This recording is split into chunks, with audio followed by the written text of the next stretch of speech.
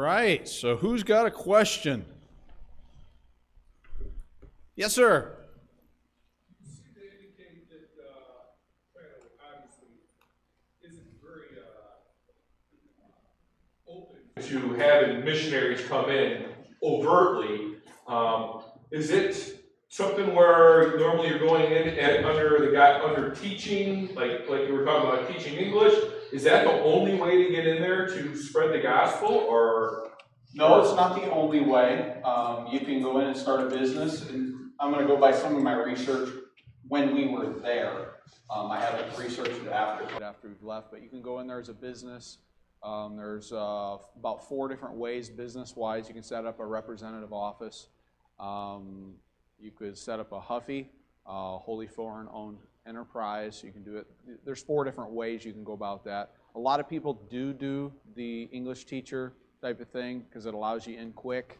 And if you're just there as somebody who's speaking English, just as a teaching conversational, then that's pretty easy for most native speakers. No, there are other ways. You can go in as a business or something like that, but it's not the only way, but there are a lot of people that choose to do it that way just because of its simplicity and the ease of not getting distracted and bogged down with other areas. So, does that answer your question or not quite? Yes. Sure, absolutely. Just how dangerous is it for the people for the nationals, for the people that are Chinese, and for folks that are coming in from other countries? Just how dangerous is it to be caught having a church? Is that something that they'll wink at unless you make trouble, or is it something where you got to really watch your P's and Q's? I think that some of that is dependent on the time. Yes, they have locked up people for a long time, maybe decades or 10 years, whatever it was in the past. Recently, some of that varies. There's a pastor that he was fairly political. This is a Chinese pastor, and he got locked up for, I don't know exactly the time, how many years, but I want to say it was like 14 years or something like that. So yes, that does happen. For a foreigner, if you're asking specifically for a foreigner, most of the time they're probably going to deport you unless they choose to use you as a hostage type of thing. Sometimes China will do that. There's an interesting book called Three Tears on the Window. I think it's 3 Tears on the Window. Basically a Canadian couple that they were somewhat doing missionary work both in China and North Korea, and they got used for hostage diplomacy type thing. So probably you're going to be deported. For us, we never got called into a police station or anything. So Lord willing, someday we'll be able to go back. But that remains to be seen. Hopefully in the near future. Does that answer that question? Okay, excellent, very good. But Peach. Hopefully you'll be able to go back. Is that your final goal, is to go back to China? Or is it to develop a work there and send people to China from Taiwan? Whatever the Lord wants. I'm kind of taking it one step at a time at this point in time. I'm not pursuing going back to China right now because I feel like, a double-minded man is unstable in all his ways, and if I'm trying to do 2 things at once, might be a little bit distracting there. So right now we're focusing on Taiwan for the next probably 2-3 years or so, and then we'll see how God directs into the future. But yes, our heart, we still have friends there, and there's still obviously a huge need there. So, if the Lord chooses to send someone from, a Taiwanese congregation or someone we get to train, then absolutely. Most Taiwanese, I don't know. We'll see. We'll see how God does. So that was a very non-answer, but the answer that I got. So, yes, sir. Does that help? Kind of, sort of, not really? Yes, sir. Easy to transition? Sure. Yeah, kind of like in north and south, here, up north they might say, pop. Down south they might say cola or soda or, something like that. But yeah, same basic language. Yes, sir. So they do use a different writing system on the mainland than they basically, you might liken it to the old spelling versus the new spelling type of thing. Of course, they don't spell like we do with 26 letters. They have pictograms, so they've taken out some of those things. But so, yes, same basic language. Yes, sir. Yes, sir. Two questions, so kind Yes, of sir. in there. How long did it take you to learn the language? And do the people readily give you an opportunity to speak, to converse with them? Sure. We've been told basically that we're at the point we're ready to go start something. Frankly, I am not at the point where I want to be in the language, but we can get around. I can preach in Chinese type thing, but I still want to improve. And I think as we go forward, that's going to get even better. Then the second question was, remind me? Sure. Yeah, you can talk to them fairly easily. They're usually very friendly, very helpful. When it comes to the gospel, sometimes they can be resistant to that a little bit. It's not that they're not polite, and may not, stand there but they're a lot of times not interested. Sometimes you'll just have somebody, they're not interested, they won't listen. But usually you need to develop a relationship with them. And I know all of us humans are relational no matter what culture you're in. But they tend to be more relational before they're going to trust you. The saying, they want to know how much you care before they care how much you know, that type of thing. And I would say that's very true there. We showed in our video, it was very quick, but George and Michelle in our video this morning. And we met them at the park. And a park is a way that we found that's a fairly effective way to minister to people, witness to people. And so we'll give our kids tracts, and they'll go around and pretty much give everybody a tract, and then they go and play, and then oftentimes we'll talk to the parents, grandparents, whoever it is that's standing there. And usually every week we're able to witness to 1, 2, 3 people, depending. And so we met them through the park, George and Michelle, his wife, and their daughters really liked our daughters. They ended up coming to church a few times. The Mahaffey's invited them, met them as well. They brought a family member. The family member got saved at church, but they themselves hadn't believed. We invited them for an appointment, like the Peaches, inviting people to their home type thing, and they came and they trusted Christ at our house. So, but, that took some time, and we'd love to have that first, right away. And that can happen, if there's been seeds and watering and such. But does that kind of answer your question? Excellent. Great question. I think I saw another hand. There, Alexander? Yes, sir. So is Thailand then a lot more open and free? Huh? Taiwan, whatever there. Okay. Yes, sir. Whatever it is. Sure. So is that more gospel free and okay than actual China? Yes, sir.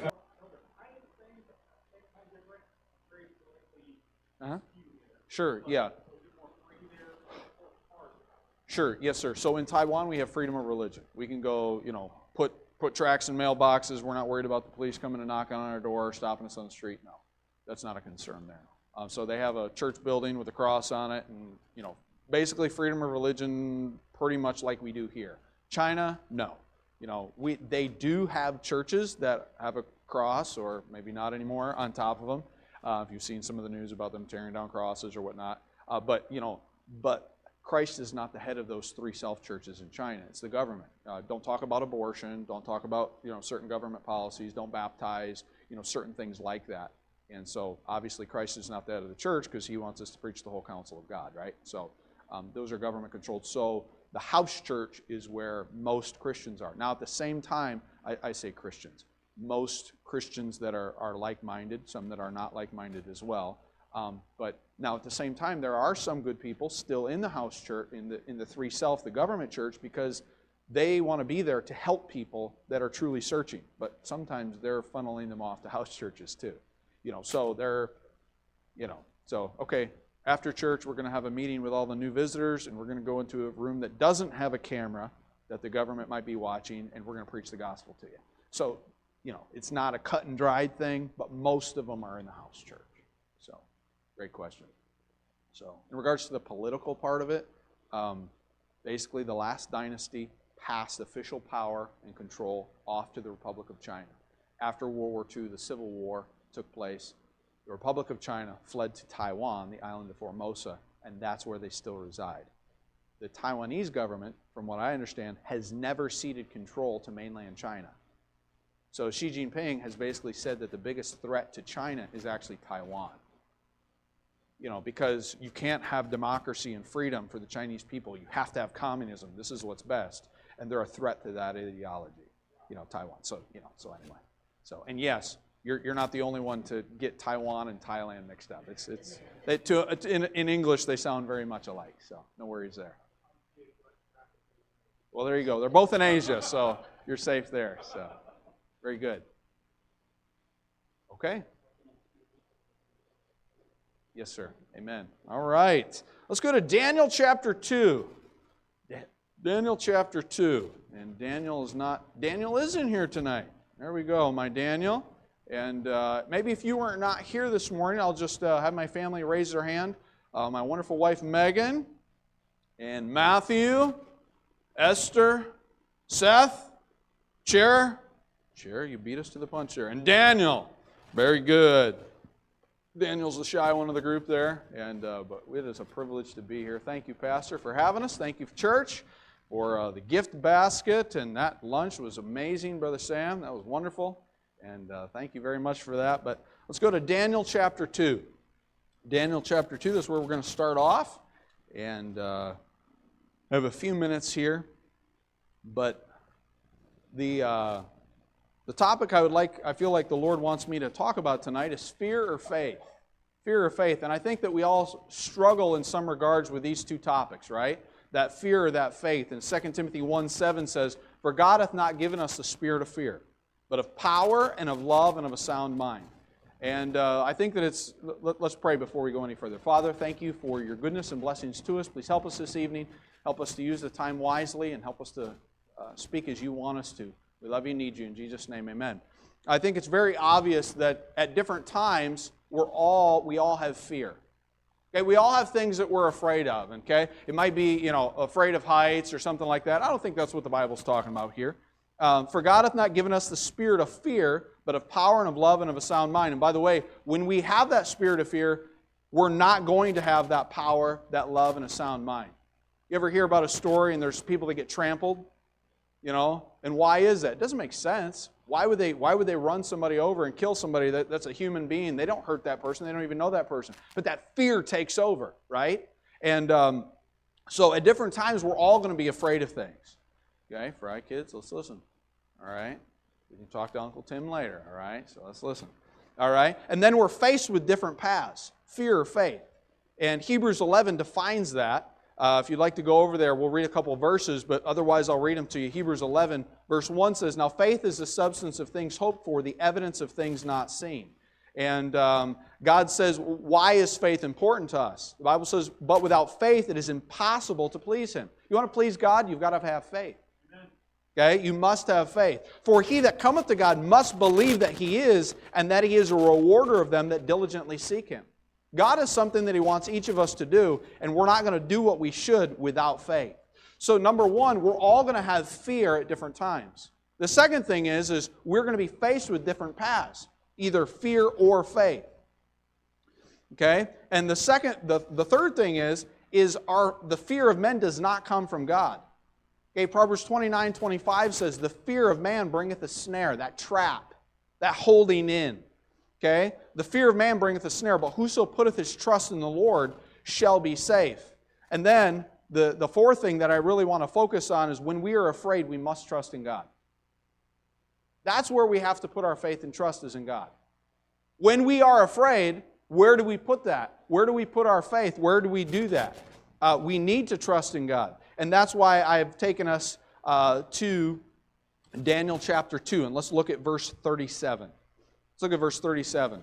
Starting with verse 37, let's look at verse 37 and 38. Daniel chapter 2, verses 37 and 38. "Thou, O king, art a king of kings, for the God of heaven hath given thee a kingdom, power and strength and glory. And wheresoever the children of men dwell, the beasts of the field and the fowls of the heaven hath He given into thine hand, and hath made thee ruler over them all. Thou art this head of gold." So the king has a dream, and in that dream there's this image, and the head is gold, and the king is told, you are that head of gold. You are at the top. And so possibly the king makes an image because of the dream that he has. And he calls everybody together, and you look at chapter 3 and verse 6, And the king calls everybody together, and it goes through and lists in verse 3 there, all the people that he calls together. But verse 6, he says, the king says, "And whoso falleth not down and worshipeth, shall the same hour be cast into the midst of a burning fiery furnace." Now wait a second. When we go back, and everybody hold your spot if you would in Daniel chapter 3, but go over to Exodus chapter 20. Exodus chapter 20.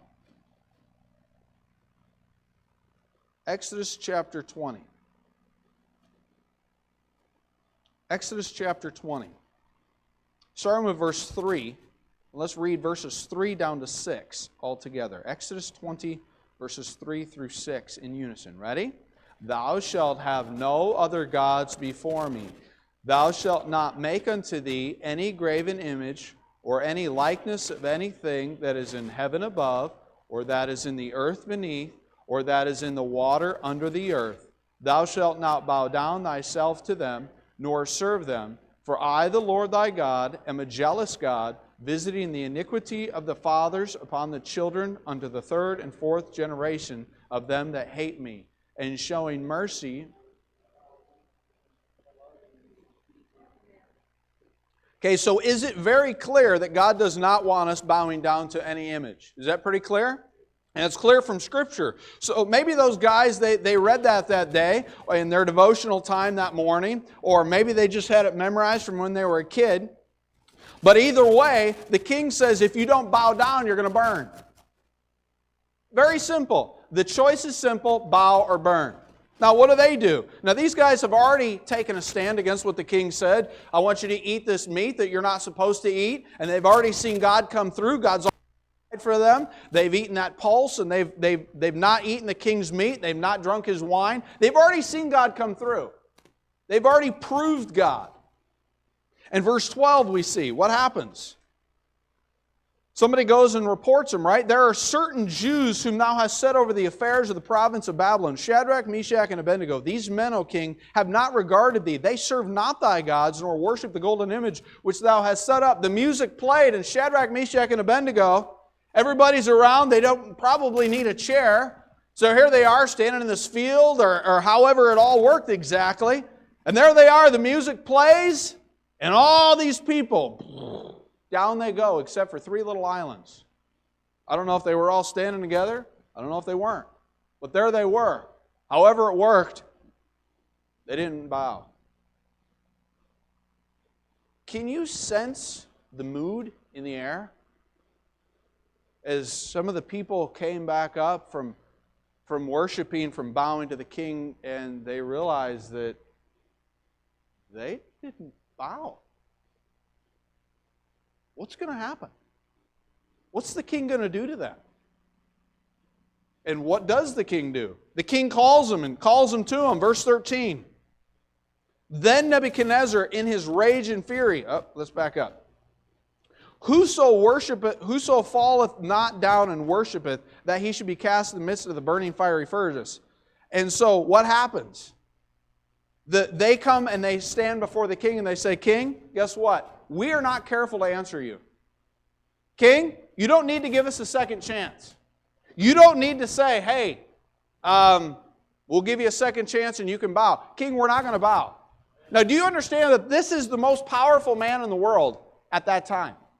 And they just told the king to his face, "King, it doesn't matter what you say, we're not going to bow. And our God, He can and will deliver us out of your hand." Now, do you understand that the king is not used to being talked to like this? Right? Probably his mom, maybe his dad was the last person to talk to him like that. All right?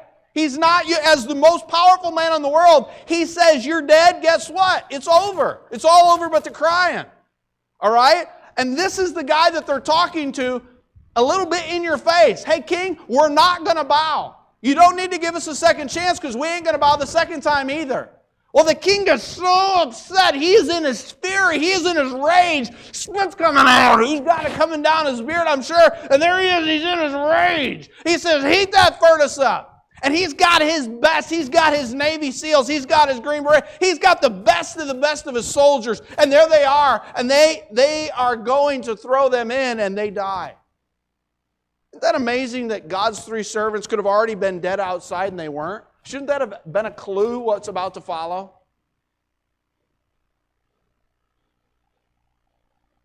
And just like God is present with those men who chose to stand for Him, His Word says very clearly, you don't bow. God didn't allow them to burn. And I think it's amazing how in the Scriptures, how they tell the king, look, God will deliver us out of your hand. You know why? Because if they died in the furnace, guess what? Were they in the king's hand anymore? Were they under his control and power? No. They were out of his control and power. They were done. And if God delivered them, wonderful. There it is. They're out of his control and power too. And that's exactly what happened. They get thrown in. And let's skip down. I'm skipping ahead of myself a little bit because of time. But they go through, and the king throws them in, and guess what happens? Let me find my place here. Verse 21.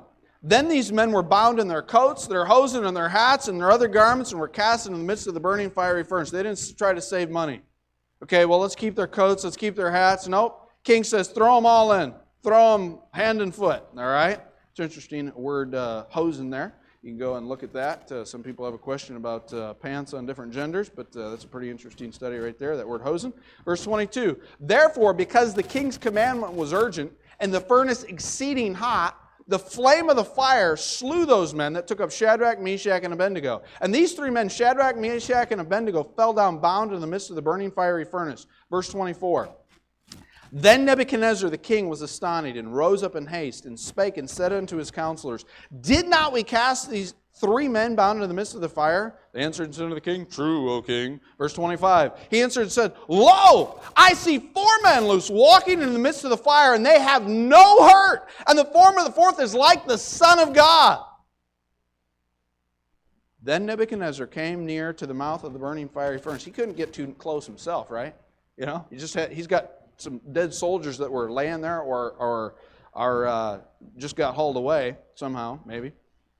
And he came near to the mouth of the burning fiery furnace and spake and said, Shadrach, Meshach, and Abednego, ye servants of the Most High God, come forth and come thither. What if they wouldn't have gone out? No, king, we're good in here. We're out of your control. It's all good. It's not hot in here at all. You know? No, we're good. It's all right. But guess what happens? Then Shadrach, Meshach, and Abednego came forth of the midst of the fire. Can you imagine what that had been like? Them coming out of the fire? What did it feel like? You know, did they get, a distance away, and all of a sudden God said, okay, you can turn the heat back up. And all of a sudden they could hear. What was that like, It was air conditioned. What was the temperature inside? Balmy 72, humidity, What was it like? I don't know. I don't know either, but it's fun to think about, right? Okay? And guess what happens? Verse 27, and the princes, governors, and captains, and the king's counselors, being gathered together, saw these men upon whose bodies the fire had no power. Nor was an hair of their head singed. What did Jesus say? Jesus knows how many hairs are on our head. God knows how many hairs are on our head. He knows when a sparrow falls to the ground. That didn't make much sense to me until I went to Taiwan and I saw dead little sparrows all over the place. Oh, that makes sense.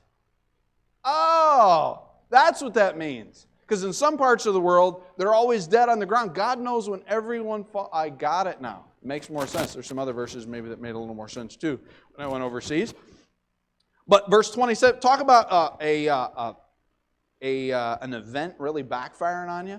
I'm going to lift myself up. Here's how it's going to work. And the princes, governors, and captains, and the king's counselors, being gathered together, saw these men, upon whose bodies the fire had no power, nor was an hair of their head singed, neither was their coats changed, nor the smell of fire had passed on them. That's pretty awesome. You ever been near a campfire? In the next 3 days, the next week, you can smell it.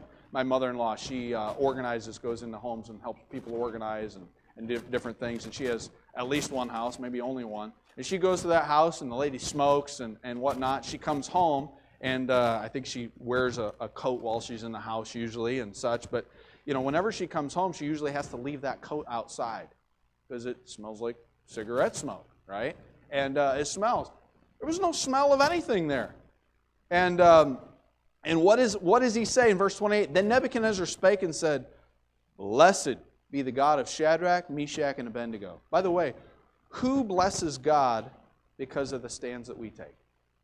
The world needs to see a difference. You know who has the best chance of winning Muslims to Christ? Is independent fundamental Baptists, who have a stand, who have standards, who stand on the King James Bible. They're the ones that why? Because Muslims don't respect this wishy-washy, here we go, let's go this way. No, they're looking for, Islam, power, right? What do they respect? They respect somebody that says, no, I'm willing to die for what I believe. And I hope if that time ever comes that I'm willing to do that. Sometimes it's easy to talk, it's different to walk. Okay? And you pray for me that I'll do what God wants me to do. But he blessed God because they defied him. Why? Because he respected the power that he just saw. He is used to power. He is used to being the power. And all of a sudden, he sees somebody that says, no, we'll burn, but we will not bow. God needs people that will still stand on his word and say, look, you can say what you want. I might lose my job. Whatever you may say or do or choose to do, but I'm going to do what God says. I choose Jesus. I choose Jesus.